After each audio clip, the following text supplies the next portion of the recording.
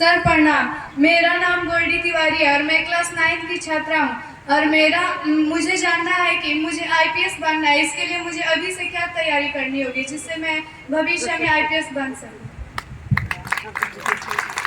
Thank you. बैठ जाइए।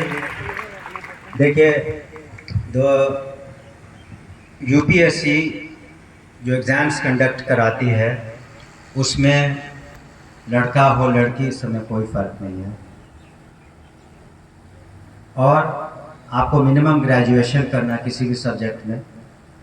इसके अलावा आपको जनरल स्टडीज़ और स्पेशल सब्जेक्ट्स में आपको पहले प्रिलिमिनरी होगा, जनरल स्टडीज़ के सब्जेक्ट्स होने चाहिए। तो पहली चीज़ है कि आपको अपने जनरल नॉलेज बढ़ानी चाहिए। अभी से एटलीस्ट वन मैगज़ीन, जो भी मैगज़ीन आप हिंदी इंग्लिश जो भी प्रेफर करते हैं उसका मैगज़ीन, न्यूज़पेपर ज़रूर पढ़िए, एक हिंदी एक अंग्रेज़ी, और एक न्यूज़ रात का ज़रूर सुनिए ताकि आपका जनरल नॉलेज जनरल अवेयरनेस बढ़े। क्योंकि उसके बाद आप जो भी सब्जेक्ट चूज़ करेंगे, सब आप किसको प्रेफर करते हैं आप? मैथ्स। तो मैथ्स के पहले के वो ग्रेजुएशन लेवल के क्वेश्चंस रहते हैं, तो मैथ्स के साथ साथ general knowledge, general science, awareness, ये सारी चीज़ें हैं। वैसे कोचिंग भी फ़ायदेमंद है, ऐसी बात नहीं है कि कोचिंग इज़ आर गुड।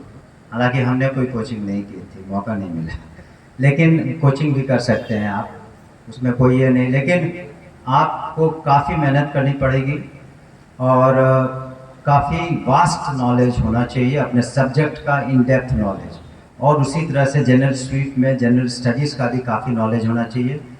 अगर अफोर्ड कर सकती हैं तो आज के कोचिंग्स भी अच्छे हैं, इसमें कोई शक नहीं।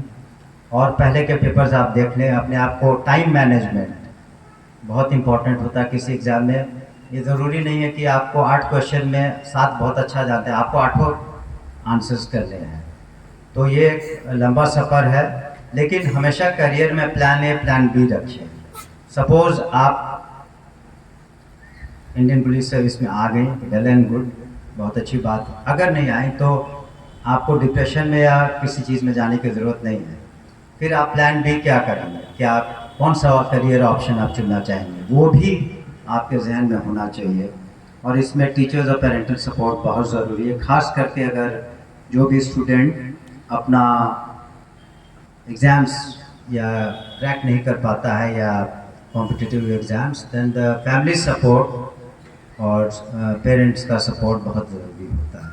Thank you. प्रणाम सर, मेरा नाम अंकिता गुप्ता है, मैं क्लास 9 की छात्रा हूँ। मेरा आपसे एक प्रश्न है और वो यह है कि जब मैट्रिक का एग्ज़ाम होता है तो उसमें सब्जेक्ट इंग्लिश का नंबर क्यों नहीं जुड़ता है, और जब नंबर नहीं जुड़ता है तो बच्चे इस पर ज़्यादा ध्यान नहीं देते हैं, जिसके कारण बच्चों का इंग्लिश कमज़ोर हो जाता है और फिर 2 साल बाद इंटर के एग्ज़ाम में इंग्लिश पूरे 100 नंबर का होता है।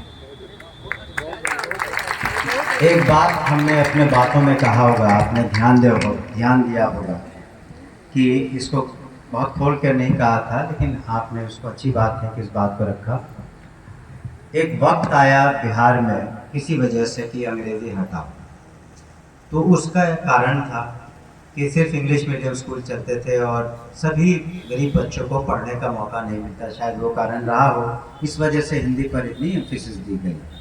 लेकिन अब वक्त आ गया है, इसलिए मैंने कहा था कि बाइलिंगुअल बुक्स हम 8, 9, 10th में इंट्रोड्यूस कर चुके हैं, लाइब्रेरीज में अवेलेबल रहेंगे। और अगले सत्र से, मतलब नेक्स्ट ईयर से 8, 9, 10th में हम लोग हर जो भी किताबें होंगी उसके एक साइड इंग्लिश में भी होगा।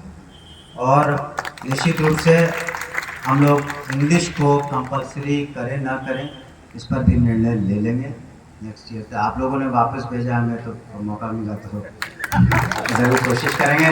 इस बार थोड़ा सा अर्ली है, but will try our best. आपका ना सवाल आपके वैलिड है, लेकिन बहुत महत्वपूर्ण है कि आज के एज में अगर हम लोग को चाइना के ऊपर एक एज है तो that is knowledge of English, Russia का ऊपर एक एज है तो नॉलेज ऑफ इंग्लिश।